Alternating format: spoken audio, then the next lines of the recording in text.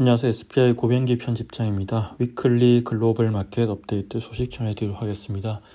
오늘은 이제 글로벌 큰 손들이 최근 어디에 주목하고 어디에 투자하고 있는지, 이 주제로 글로벌 큰 손들은 어디에 투자하는가, 이 이야기를 좀 해보도록 하겠습니다.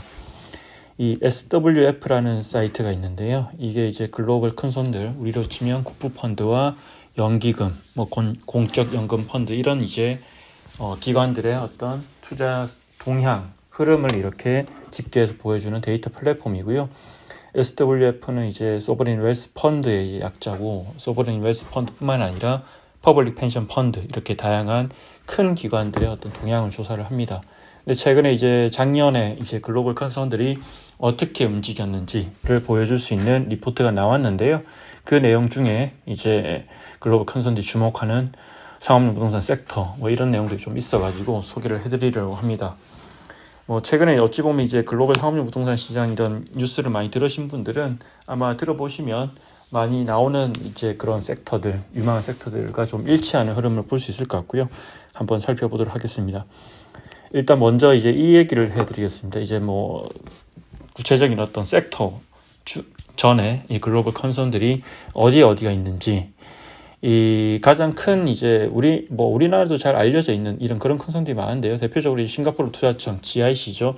GIC라든지 아니면 이런 테마섹, 이런 기관들이 많은데, 사실 이제 글로벌 컨선들 중에서 최근 이제 한 5년간을 보면, 작년 이전에 2022년까지를 보면 이제 GIC가 거의 매년 1등을 했습니다. 압도적으로 이렇게 많은 투자를 했었고, 작년에 이게 순위가 역전됐습니다. GIC가 이제 2위로 내려오고, 반면에 이제 사우디아라비아 이제 국부펀드죠. 국부펀드인 공공투자기금 PIF가 이렇게 1위로 올라섰는데요.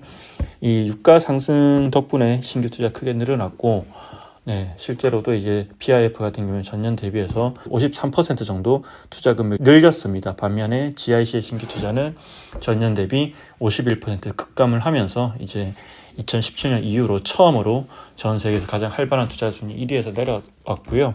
이런 큰 특징적인 변화가 있었고, 그리고 이제 오늘 할 얘기는 사실 이제 글로벌 컨선들이 그러면 어떤 부동산을 선호하는가, 이 얘기인데요.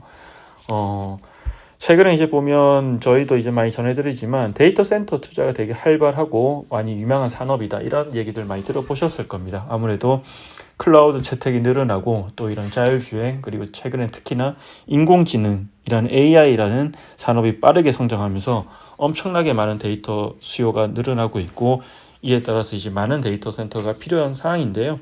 실제로 작년에 이제 블랙스톤이 이렇게 그 데이터 센터 수요가 거의 일생일대에 다시는 볼 수 없을 정도로 크게 늘어나고 있고, 큰 기회가 있기 때문에 많은 투자를 하고 있고 할 거다, 이렇게 선언을 하기도 했는데요.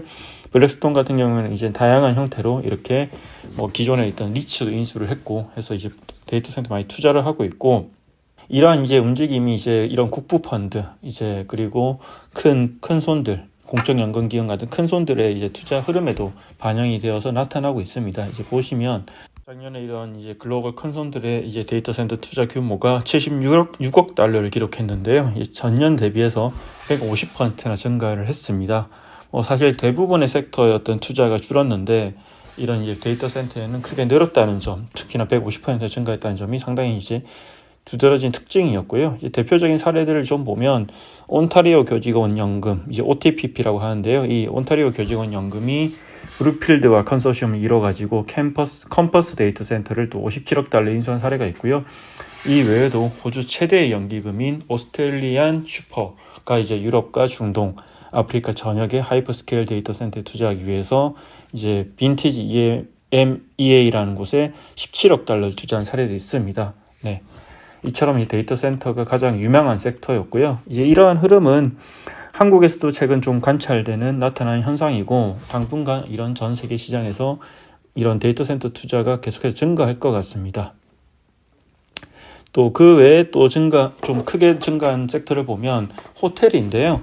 호텔은 사실 이제 코로나19 때문에 되게 안 좋았는데, 어쨌든 이제 코로나19가 끝나면서 호텔 시장이 상당히 이제 급 반등하고 있고, 한국도 최근에 이제 호텔의 펀더멘털이 상당히 좋은데 글로벌 호텔 시장이 아주 좋은 상황입니다. 그러다 보니까 이 호텔에 대한 투자가 크게 늘어나고 있고, 지난해 큰손들의 호텔 투자 규모도 47억 달러로 전년 대비해서 8% 증가했습니다. 이렇게 증가했고요. 반면에 이제 오피스 같은 이전 최근에 이제 코로나19 이후에 재택근무 확산으로 아주 큰 어떤 트렌드 변화가 나타나고 있는 오피스 같은 경우에는 지난해 글로벌 큰손들의 투자 규모가 93억 달러였는데요.